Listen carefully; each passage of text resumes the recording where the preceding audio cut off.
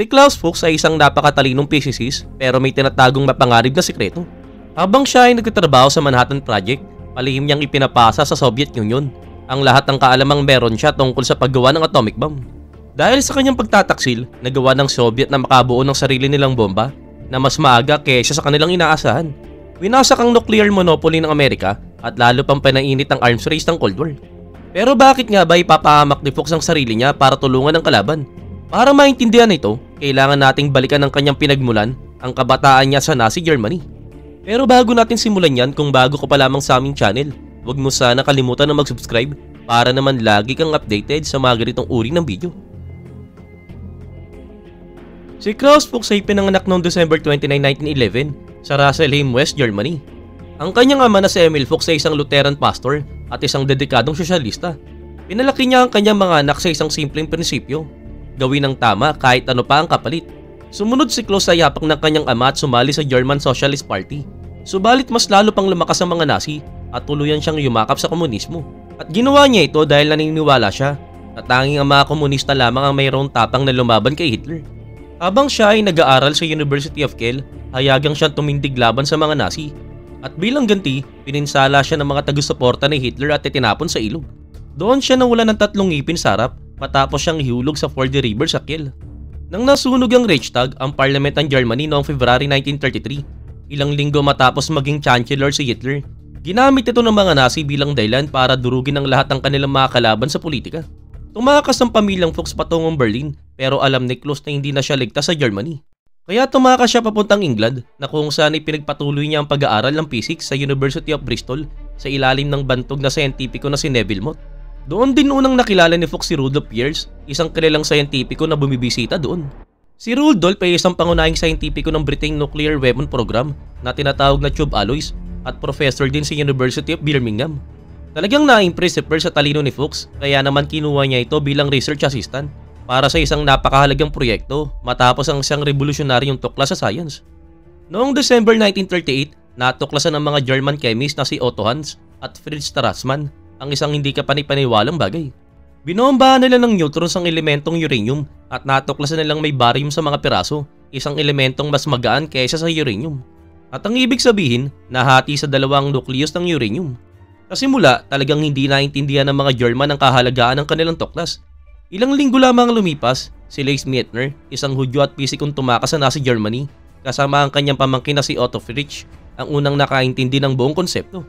Napagtanto nila na ang atom ng uranium ay nahati sa dalawang mas maliit na nucleus, krypton at barium, at sa prosesong ito, naglalabas ng makapangyarihang energy.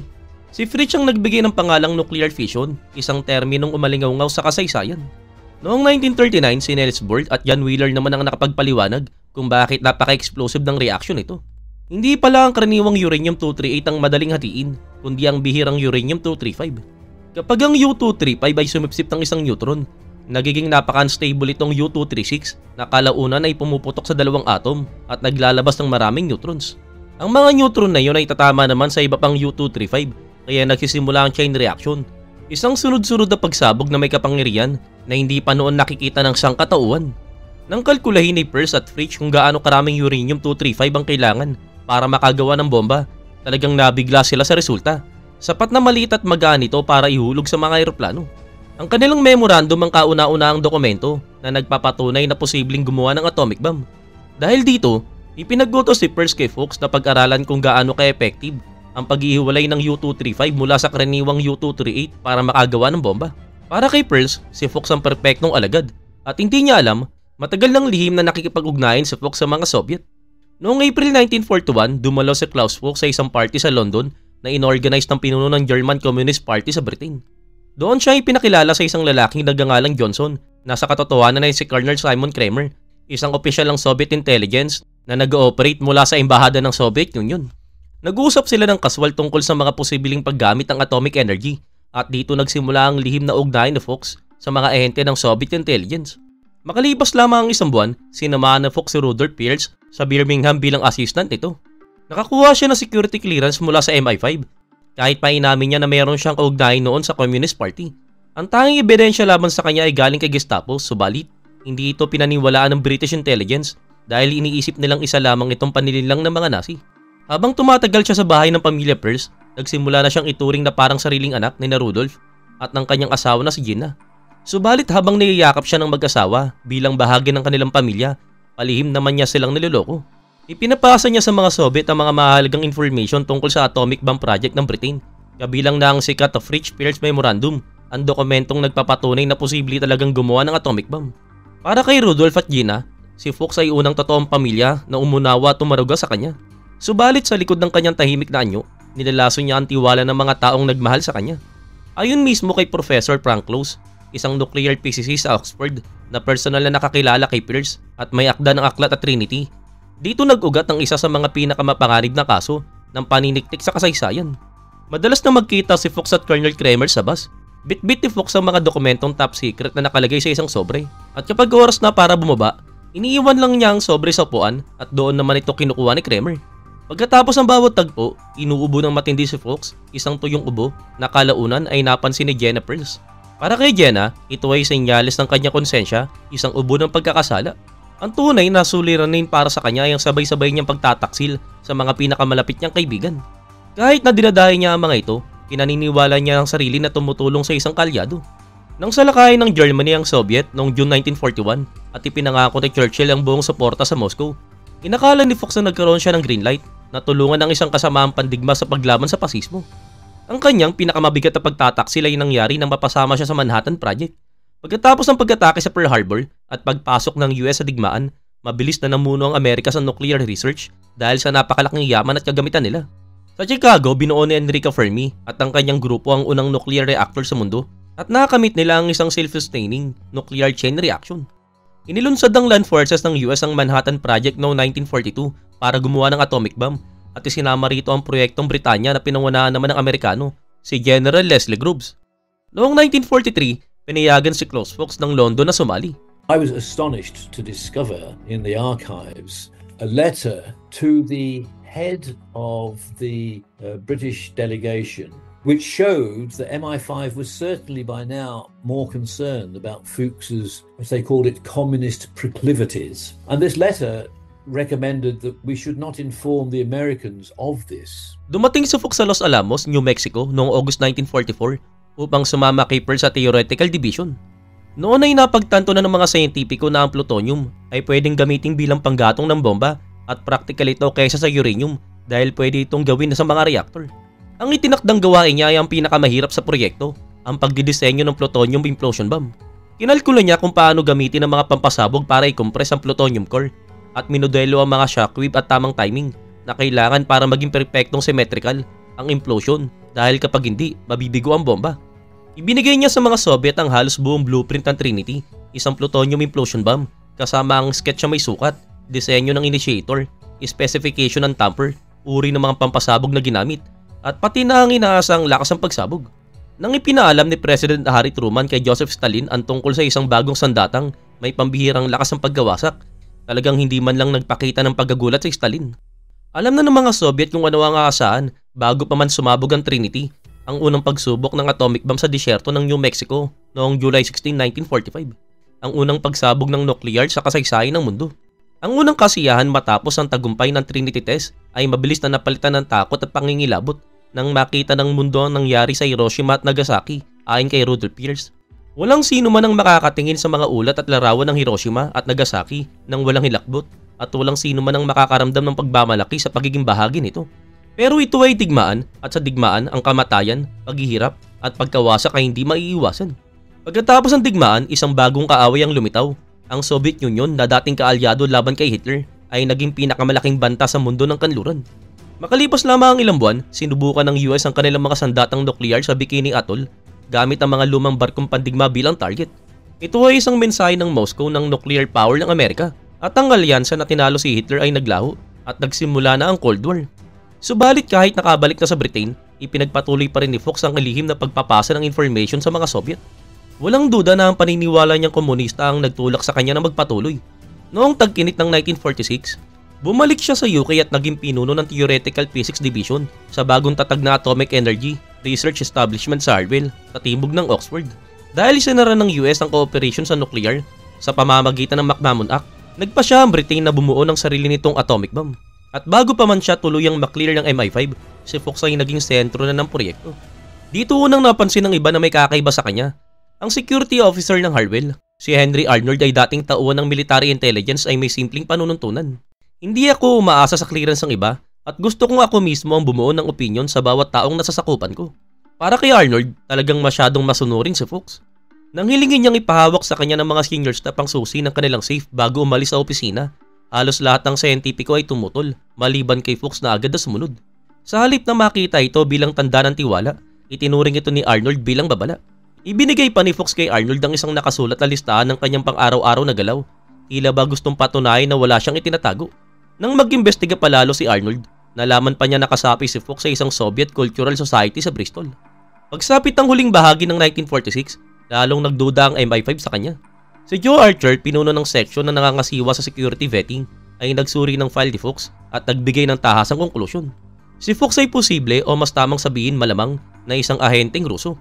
Bagaman gusto ni Archer na alisin agad si Fox, nag-aalinlangan ng iba sa MI5 dahil baka makasira ito sa programang nuclear kung sakaling mali sila. Bilang kompormiso, minomonitor nila ang kanyang tawag at liham, subalit walang nakitang kahina-hinala. Ito ay dahil inuutos ng Moscow kay Fox na manahimik muna noong 1947 matapos tumakas sa Canada si Igor Gousenko, isang dating espiya ng Soviet na nagbunyag ng malawakang spy ring. Sa kabila ng mga pagdududa, ginawang permanente ng Harwell ang posisyon ni Fox. Ayon sa Ministry of Supply na nangangasiwa sa nuclear research, napagpasya na mga benepisyong hatid ng kakayahan ni Dr. Furch ay mas mabigat kaysa sa bagyang panganib ng security. Subalit sa huli, mas malala pala ito kaysa sa kanilang inaakala. Noong August 29, 1949, pinasabog ng Soviet Union ang kanilang unang atomic bomb at tinawag na Jowan sa Kazakhstan. Lubos itong ikinagulat ng kanluran dahil hindi nila inaasahang magiging mabilis ang pagsulong ng mga Soviet. Ang bomba ay halos eksaktong kopya ng Fatman, ang plutonium implosion bomb na ibinagsak sa Nagasaki. Nang tanungin sa Professor Frank Close kung gaano kabilis na pabilis ng paniniktik ni Fox ang paggawa ng bomba ng mga Soviet, ang sagot niya, bilang siyentipiko, tinansya ko na 1 hanggang 2 taon ang napabilis nito at mukhang makatotohanan ng bilang na ito. Pagkatapos sumabog ang bomba ng mga Soviet, isang malaking pagkabigla pa ang kasunod na dumating. Isang US counterintelligence program na tinawag na Venona ang nakatuklas ng mahalagang information matapos itong madikod ang ilang Soviet cables. Lumabas doon na isang British scientist sa Los Alamos ang nagsilbing espiya para sa mga Soviet. Ang pagkakamali ng mga Soviet ay muling paggamit ng mga one-time pad, isang uri ng encryption na dapat ay ginagamit lamang ng isang beses.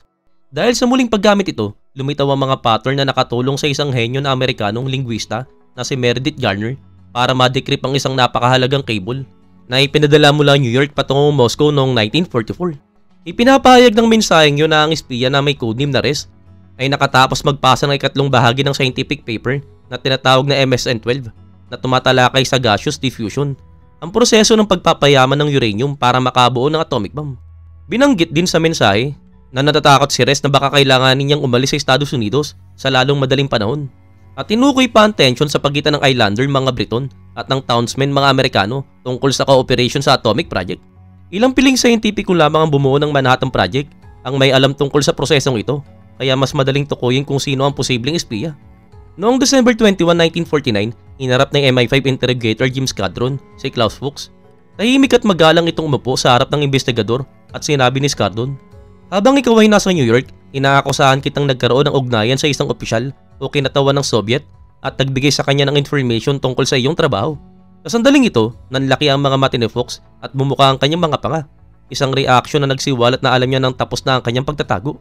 Pagkatapos ng maikling katahimikan, sumagot si Fox, "Hindi ko kayo matutulungan at maring kong itinatanggi na ako ay kailanman naging responsable sa ganitong uri ng pagtagas ng information." Subalit hindi bumitaw si Skardon at pinatindi pa niya ang tanong. Ayon sa kanya, may hawak akong tiyak na information na nagpapatunay na ikaw ay espiya para sa Soviet Union. Halimbawa, noong panahon na ikaw ay nasa New York, nagbigay ka raw sa kanila ng information tungkol sa iyong trabaho. Sinubukang umiwas si Fox at sinabing hindi ko maintindihan. Marahil maaari ninyong sabihin kung ano ang ebidensya at wala akong ginagawang ganyan. Sa loob ng 4 na oras sa interogasyon, nananatiling kalmado si Fox, walang bakas ng kaba o pag-aalinlangan. At sa huli nga, talagang nagduda pa si Skardon kung tama ba ang taong iniimbestigahan niya. Sa kanyang ulat kinabukasan, isinulat niya na kung siya ay inosente, nakapagtataka kung paanong natanggap niya ang ganitong mabibigat na paratang na parang ganito kalamig. Subalit marahil ito ay tugma sa kanyang mathematical approach to life. Ang ikalawang interrogation naman ay hindi rin nagbunga ng kahit anong pag-amin. Maging si Dick White, director ng MI5, ay nagsabi pa na mali ang tinatarget mo at inosente si Fuchs. Sa labas, mukhang kalmado pa rin si Fuchs, subalit sa loob, unti-unti na siyang kinakain ng bigat ng kanyang sikreto. Hindi na niya kayang dali ng pagkukunwari at sa panahon na yon, naging malipit siya kay Erna Skinner, asawa ng isa niyang kasamaan sa trabaho. Bagaman hindi ito physical relation, malalim ang emotional na connection nila at doon unti-unting nagbukas ang pinto sa isang sandaling kahinaan. Sa isang sandaling kahinaan, inamin ni Fuchs kay Erna Skinner na siya ay naglabas ng mga mahalagang information tungkol sa proyekto ng atomic bomb sa mga taong hindi niya kailanman dapat pinagsabihan. At matapos nga ang revelation na ito, humiling si Fuchs ng panibagong pulong kay Skardon at handa na siyang magsabi ng totoo. Noong January 24, 1950, umamin si Klaus Fuchs. Ibinunyag niya kay Skardon na matagal na siyang nagbibigay ng mga sikreto sa mga Ruso mula pa kalagitnaan ng 1942 hanggang sa isang taon na nakakalipas. Inamin niyang ipinasa niya ang lahat ng informasyong nakuha niya, kaya bilang na ang paraan kung paano ginagawa ang atomic bomb. At sa pagtatapos ng pag-uusap, tahimik niyang sinabi, naniniwala pa rin ako sa komunismo pero hindi sa paraan ay pinapatupad sa ngayon ng Russia. Nang bisitahin niya ang asawa ng isang kasamaang na ospital, ipinaliwanag ni Fuchs ang kanyang ginawa bilang isang moral na tungkulin. Bawat tao ay mayroong sariling konsyensya na kailangan sundin at dapat itong pakinggan anuman ang sabihin ng iba. Pagkaraan ng kanyang pagkaresto, ibang dahilan naman ang kanyang ibinigay. Nang dalawin siya ng kanyang kaibigan at mentor na si Rudolph Pierce sa Brixton Prison, narinig ng isang detective ang sinabi ni Fuchs. Ang kahalaman tungkol sa atomic research ay hindi dapat maging pribadong pag-aari ng isang bansa lamang. Dapat itong ibahagi sa buong mundo para sa kapakinabangan ng sangkatauhan. Noong March 1950, umarap si Klaus Fuchs sa paglilitis sa Old Bailey sa London. Ang mga ebidensya laban kay Klaus Fuchs ay sobrang sensitibo, kaya't hindi ito maaaring gamitin sa korte. Sadyang iniwasan ng prosecution na banggitin na may gumaganang atomic bomb na ang Soviet. Lalo na ang katotohanan si Fuchs ang nagbigay sa kanila ng disenyo ng implosion bomb. Ginawa ito upang hindi magalit ang Washington at hindi maapektuhan ang kampanya para sa nalalapit na halalan. Kaya naman ang buong kaso ay halos nakasandal lamang sa sariling pag-amin ni Fuchs. Talagang tinanggap na ni Fuchs sa sarili niya na haharapin niya ang kamatayan. At nang tanungin siya ng kanyang abogado kung alam niya na ang pinakamataas sa parusa, malungkot niyang sinagot, sa tingin ko ay kamatayan. Subalit agad siyang itinama ng kanyang abogado at sinabi nito 14 na taon lamang ang pinakamataas sa sentensya. Hindi siya maaaring hatulan ng kamatayan dahil hindi naman formal na nagdigmaan ng Britanya laban sa Soviet Union.